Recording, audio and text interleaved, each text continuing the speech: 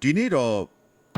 ့ကျွန်တော်တို့ဗုဒ္ဓခေတ်ကောတံဘီဖေကဖြစ်တစ်ခုကိုနည်းနည်းဆွေးနွေးကြည့်ချင်ပါတယ်အဲ့ဒီမှာယဟန်တန်ဃာဒီကြသဘောထားကွဲလွဲမှုကြီးတစ်ခုဖြစ်ခဲ့တယ်လေမြတ်စွာဘုရားကအဲ့ဒါကိုဘလို့ဖြေရှင်းပြခဲ့တယ်လဲဆိုတာပေါ့ဟုတ်ကဲ့ကိုတံဘီကောလာဟလာနဲ့ညီညွတ်ချင်းတရားဆိုတဲ့မတ်တာနေမှာလာတဲ့အကြောင်းအရာလေးပါဟုတ်ပါတယ်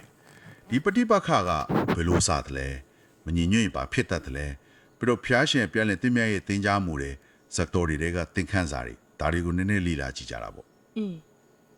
့ဒီကိစ္စရဲ့အစကလေတက်ကိုတီးသေးမောမောလေးလို့ပြောရမယ်ဓမ္မကတိကယဟန်တပါနဲ့ဝီနီထိုယဟန်တပါသူတို့နှစ်ပါးကြမှာဝီနီဆိုင်ရာအမာတေးသေးလေးတစ်ခုနဲ့ပတ်သက်ပြီးအမြင်မတူတာကနေစားတာအသေးအဖွယ်လေးကနေပေါ့နော်ဟုတ်တယ်တပါးကပြုတ်မှုတာကိုအကျက်လို့မငင်းဘူးနောက်တပါးကကြတော့တာဝိနေနဲ့မညီဘူးအပတ်တင်တယ်လို့ယူဆတယ်အဲ့ဒီမှာနားလည်မှုလွဲပြီးတပိယဟန်ဒီပါလာရောတစ်ဖက်နဲ့တစ်ဖက်ဆွဆွဲကြညင်းကြမယ်နောက်ဆုံးကျတော့တန်ကားတွေအုပ်စုကွဲထွားတွေထိဖြစ်သွားတာအတော်လေးကြီးကျယ်သွားတာပဲဆိုတော့အဲ့ဒီအငင်းပွားဖို့ကယဟန်တွေမဟုတ်တော့ဘူးပေါ့ဟုတ်ကဲ့လေယဟန်တွေတမကဘူးသူတို့ကိုထောက်ပတ်နေတဲ့ဒါယကဒိုင်ကာမတွေဟုတ်ကဲ့နောက်ဒေဝနစ်ဖြစ်မာတွေအထီကိုနှချမ်းခွဲသွားတယ်လို့ဆိုတယ်ဟာအချင်းကြီးကတော်တော်ဆိုးသွားတာပေါ့ဟုတ်ပါဝိနီတို့ယောဘက်ကယဟန်တွေကဟိုဓမ္မကတိကယဟန်ကိုအာပတ်ကိုဝင်းမခံဘူးဆိုပြီးတော့လေတန်ဃာကနေယာယီထုတ်ပယ်တဲ့ကံโอเคပနီယကံဆိုတာလေโอเคပနီယကံအဲ့ဒါပြိုးတဲ့အထီကိုပြင်းထန်သွားပေတာဒီလိုချင်းနေစိုးနေချိန်မှာမင်းစော်ထျားကကြာဝင်တားစီတာမျိုးမရှိဘူးလားကျောင်းဝင်တာပေါ့မြတ်စွာဘုရားကတန်ဃာကြီးညီညွတ်ကြဖို့နှစ်ကြိမ်တောင်တိုက်တွန်းခဲ့တယ်ဒါမဲ့အရာမထင်ခဲ့ဘူးဆရာပဲဖះကိုယ်တိုင်တိုက်တွန်းတာတော့မလားဟုတ်တယ်နောက်ဆုံးကိုရိုတိုင်းကြွလာပြီးတော့နတ်ဖလုံးရဲ့အမားတွေကိုထောက်ပြတယ်ဆုံးမတယ်ဒါပေမဲ့အဲ့ဒီယဟန်တွေကလေကိုမာနနဲ့ကိုမာနတွေကခက်နေကြပေါ့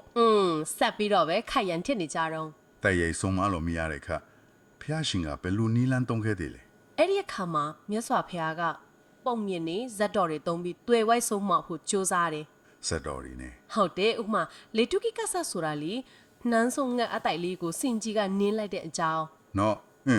ဟိုဒီကဆက်တော့ပဲငုံငတ်တီစီလောင်းလို့မစိုးလက်ကလွတ်တဲ့အကြောင်းမှန်ပါတယ်အဲ့ဒီလိုဇက်တော်တွေဟောပြပြီးတော့မညီညွတ်ခြင်းခိုက်ရန်ထချင်းရဲ့အကျိုးမရှိပုံကိုပြခဲ့တယ်ဒါပေမဲ့အချင်းတွေကပြောင်းလဲမတော်ခဲ့ဘူးပေါ့ဟုတ်တယ်အဲ့ဒီအချိန်မှာယဟန်ရဲ့စိတ်တွေကအယမ်းခတ်ထားနေမှရတယ်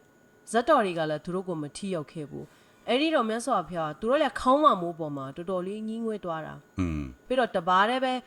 ပါဠိလီယာတောကိုကြွသွားဟဲ့ရောသူတို့ကိုထားခဲ့ပြီးတပါးတည်းကြွသွားတာဟုတ်တယ်သူတို့ရဲ့မညီညွတ်မှုဘလောက်ဆိုးတယ်ဆိုတာကိုသူတို့ဘာသာသိစေခြင်းလက်သဘောမျိုးလည်းဖြစ်နိုင်တာပေါ့လေအနီးနောက်မှာတော့ဒီဂီဒီကတောဆလာဇက်တော်ကိုအတီးကထားဟောတယ်လို့မှတ်တတ်ရပါတယ်ဟုတ်ပါတယ်အဲ့ဒီဇက်တော်ကတော့တကယ်ကိုမှတ်သားစရာပဲဗာရာဏသီဖယင်ဖြတ်မှတ်တက်ကကောဆလဖယင်ဒီဂီတီရဲ့တိုင်းပြည်ကိုတင်လိုက်တယ်ဒီဂီတီမန်းနဲ့မိဖုရားကိုပါတတ်လိုက်တယ်ဟုတ်ကဲ့မတေခင်မှာဒီဂီတီမန်းကသူသားတော်ဒီကာဝုမင်းသားကိုမားခဲ့တဲ့စကားလေးရှိတယ်လေရန်ကိုရန်ချင်းမတုံးနေနဲ့ဆိုတာလားဟုတ်တယ်ရန်တုံမှုဖြစ်ဖြစ်ရန်တို့သည်မငင်းကုန်ရန်မတုံမှုဖြစ်ဖြစ်သားလျင်ရန်တို့ငင်းကုန်ဤဆိုတဲ့အဆုံးမပေါ့စီမအလုတ်သွားလို့ရင်အခွင့်ရေးကိုစောင့်နေတ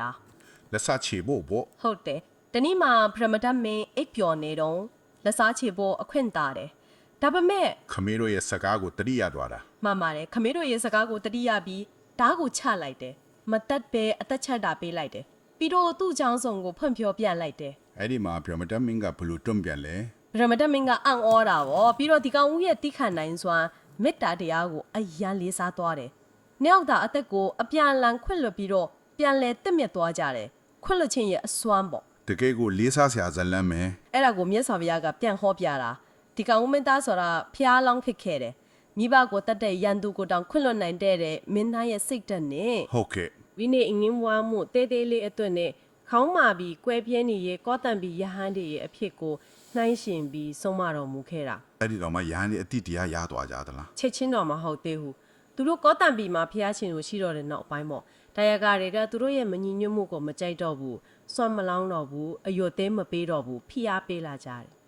လူတို့ရဲ့ဖိအားပေါ့ဟုတ်တယ်အဲ့လိုဒုက္ခရောက်လာတော့မှယဟန်တွေလည်းမာနတွေခွာကြပြီးတပားနဲ့တပားတောင်းပန်ကြဝန်ချကြနဲ့ပြန်ညီညွတ်သွားတယ်ပြီးတော့ဖျားရှီရတာဝတိကိုသွားကန်တော့ကြတာပေါ့လေဟုတ်ပါတယ်တာဝတိရောက်တော့မြတ်စွာဘုရားကသူ သူတို့ရဲ့ပြန်လည်ညီညွတ်မှုကိုတော့လက်ခံတယ်ဒါမဲ့ ဒါမဲ့ဘာဖြစ်လဲ သူတို့ရဲ့ဝန်လေးခဲ့တဲ့အဖြူအမူအချိန်ဆွဲခဲ့တာကိုတော့ထပ်ပြီးထောက်ပြဆုံးမသေးတယ် နောက်ဆုံးအဆုံးအမဂါထာလေးကအင်မတန်မှတ်သားစရာကောင်းတယ်နော် ဟုတ်ကဲ့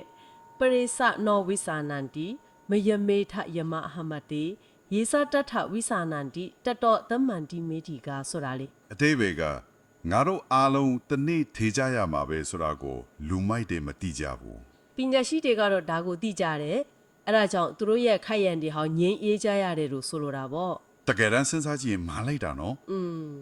ဒီအဖြစ်ဖြစ်တစ်ခုလုံးကနေလေသင်္ကန်းစာတွေအများကြီးဟာပါတယ်မာနတို့အစွဲအလန်းတို့နားလည်မှုလွဲတာတို့ကနေပရိပတ်ခဘလောက်ကြီးနေလဲ ဟုတ်ကဲ့ ပြီးတော့ခွင့်လွတ်ခြင်းရမတုံ့ပြန်ခြင်းရဲ့စွမ်းဟာအထူးသဖြင့်သာသနာလိုအတိုင်းအဝိုင်းမှာညီညွတ်မှုကဘလောက်အရေးကြီးလဲဆိုတာတွေပေါ့ ဒီနေ့ဆွေးနွေးခဲ့တာဒီကနေအဆုံးသက်အနေနဲ့စဉ်းစားစရာလေးတစ်ခုထားခဲ့ခြင်းတယ်အဲ့ဒီမြတ်စွာဘုရားနောက်ဆုံးဂါထာလေးအတိုင်းပဲကျွန်တော်တို့ဒီနေ့စဉ်အငင်းပွားမှုတွေပြဿနာတွေကြားထဲမှာကိုယ်တိုင်လဲတစ်နေ့တည်ရမယ်မမြဲတဲ့သဘောကိုမေ့နေကြလို့မရလား ဟုတ်ပါတယ်အဲ့ဒီလိုမေ့နေလို့ပဲအချင်းချင်းကြားကအမုန်းတရားတွေရန်လိုမှုတွေကအလွယ်တကူမငြိမ့်နိုင်ပဲရှေ့ချနေရတာလားဆိုတာကိုပြန်ဆင်ချင်းကြည့်ဖို့ကောင်းပါတယ်လေ